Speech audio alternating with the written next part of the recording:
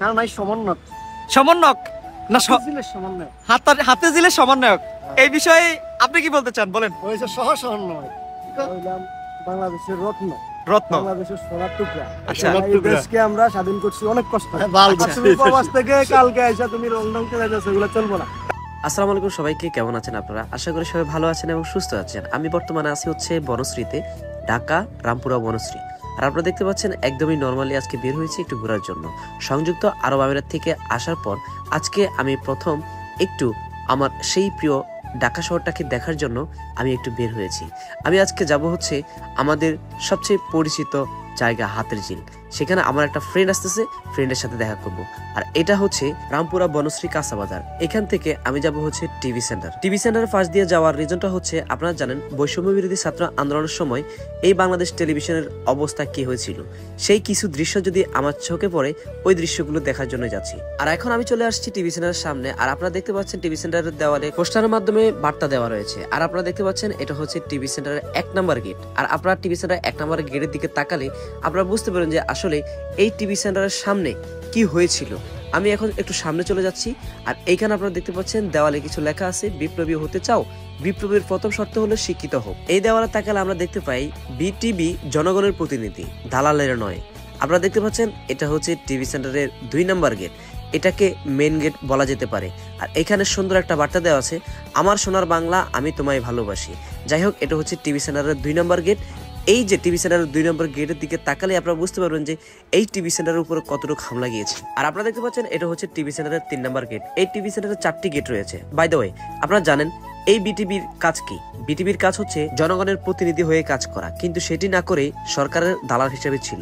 সেই জন্য এই টিভি সেন্টারের উপর অনেক হামলা আসছে। যাই হোক, আমি এইখান দিয়ে চলে যাব হচ্ছে রাস্তার ওপারে। কারণ হচ্ছে আমি যেতে হবে হাতের ঝিল। কারণ হচ্ছে আমার একটা ফ্রেন্ড আসতেছে আমার সাথে দেখা করার জন্য। যেহেতু আমি দুবাই থেকে আসছি, অনেক ফ্রেন্ডরা আমার সাথে দেখা করতে আসতেছে। কারণ অনেকেই জানে না যে হঠাৎ করে কেন আমি বাংলাদেশে চলে আসছি। বাই দ্য ওয়ে, যে জায়গাটা আপনারা দেখতে পাচ্ছেন, যে সময় ছাত্র আন্দোলন হয়েছিল তখন একটা লোক এই জায়গা থেকে দৌড় দিয়েছিল। একটা আওয়ামী লীগের গুন্ডা সেনে দিয়ে একটা কোপ তার পায়ে দিয়েছিল। সেই দৃশ্যটা এখন আমার চোখের সামনে বসে। বাই দ্য ওয়ে, আমি বর্তমানে আছি হচ্ছে রামপুরা একটা মাদ্রাসা উচ্চ বিদ্যালয়ের সামনে। এখান থেকে আমি যাবো হচ্ছে হাতের ঝিল। এখন আমি চলে আসছি হাতের ঝিলে। আর হাতের ঝিল হচ্ছে আমার সবচেয়ে প্রিয় জায়গা, কারণ এই জায়গাতে আমি অনেক সময় কাটিয়েছি। আর এখানে যাওয়ার কারণ হচ্ছে আমার ফ্রেন্ড আসতেছে, আমার ফ্রেন্ডটাকে আমি একটু রিসিভ করব, সেই গুলশান থেকে আসতেছে। আর এটা আপনারা দেখতে পাচ্ছেন, এটা হচ্ছে রামপুরা থেকে বিভিন্ন জায়গায় আপনি ট্রলারে করে যেতে পারবেন।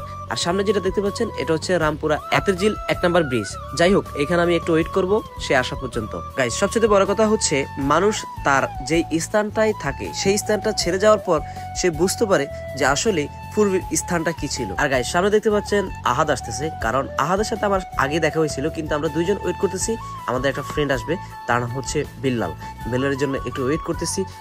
সেই গুলশান থেকে যেহেতু আসতেছে, আমরা দুইজন এখানে একসাথে হয়েছি।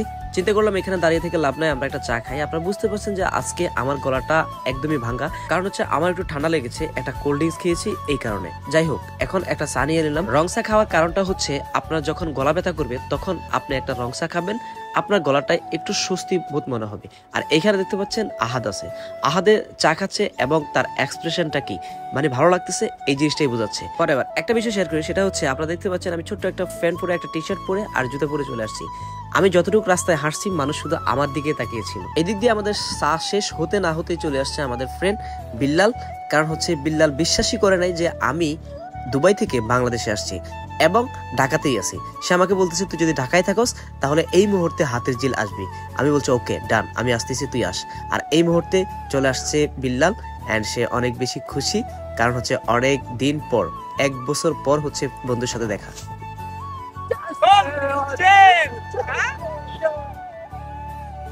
বন্ধু আমার অনেকদিন পড়াইছে বিদেশ থেকে, অনেকদিন পড়াইছে বন্ধু। আমি বিশ্বাস করি না যে ও দেশে আইছে। আমার তো সকালে একটা টাকা, বিকেল একটা টাকা, সকালে আলু ভর্তা, বিকেল বিশ্বাস করি না। পরে যখন দেখলাম তো ফোন দিতে ভিডিও কল, পরে যায় বিশ্বাস করলাম। খুব ট্যালেন্ট। আমি ও সবসময় এরকম বলে যে আমি আসতেছি, আসবো আসবো, আসে না, হঠাৎ আসছে সারপ্রাইজ দিতে হবে। গাইস, সবচেয়ে বড় কথা হচ্ছে আমি যেদিন ঢাকাতে আসছি তখনই কল দিয়েছে, সে আমার কল করে নাই। আজকে আমাকে কল দিয়ে বলে তুই কই, ঠিক আছে?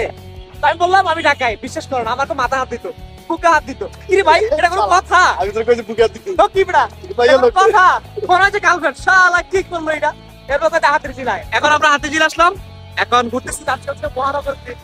আবার সেই কথা 1 বছরের বেশি 1.5 বছর না হ্যাঁ 13 বছর হয়ে গেছে 1.5 বছরের বেশি আবার এই মনে হচ্ছে যে আমার একই ব্যাগে হ্যাঁ কিন্তু আমি আমার এই বাইক ঠিকই আছে কিন্তু ও 1.5 বছর মাঝখানে বাইক ঠিকই আছে, হ্যাঁ?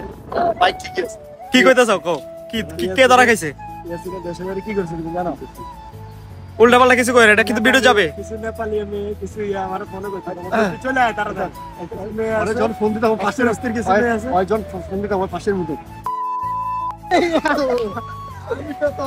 সব কি ওই কাম করে ধরা খাই গেছে সো গাইজ আমরা অনেক মজা করলাম। আপনারা দেখতে পাচ্ছেন এটা হচ্ছে মহানগর ব্রিজ, আর এই হাতের ঝিলের সবচেয়ে সুন্দর ব্রিজ হচ্ছে এই ব্রিজটা, কারণ মহানগর ব্রিজ দেখতে অনেক বেশি ভালো লাগে। আচ্ছা বন্ধু বল আসলে এই যে নতুন বাংলাদেশ, এই নতুন বাংলাদেশ আসলে কেমন লাগে বল? পুরানো গেছে 3 মাস হয়ে তুমি কথা কইও না কেন? কারণ নাই সমন্বয় সমন্বয়ক না ছিলের সমন্বয় হাতে জিলে সমন্বয়ক, এই বিষয়ে আপনি কি বলতে চান বলেন? হয়েছে সহ সমন্বয় বাংলাদেশের রত্ন রত্ন বাংলাদেশের সোনার টুকরা আচ্ছা এই দেশকে আমরা স্বাধীন করছি অনেক কষ্ট আর তুমি প্রবাস থেকে কালকে আইসা তুমি রংডং চলে যাচ্ছ, এগুলো চলবো না। তাই দীর্ঘ 3-4 মাস যে পেরেশান হইছি, না খাই না দাই রাস্তায় নেমে গেছি, প্রেশানির ভিতরে না প্রেশান হইছি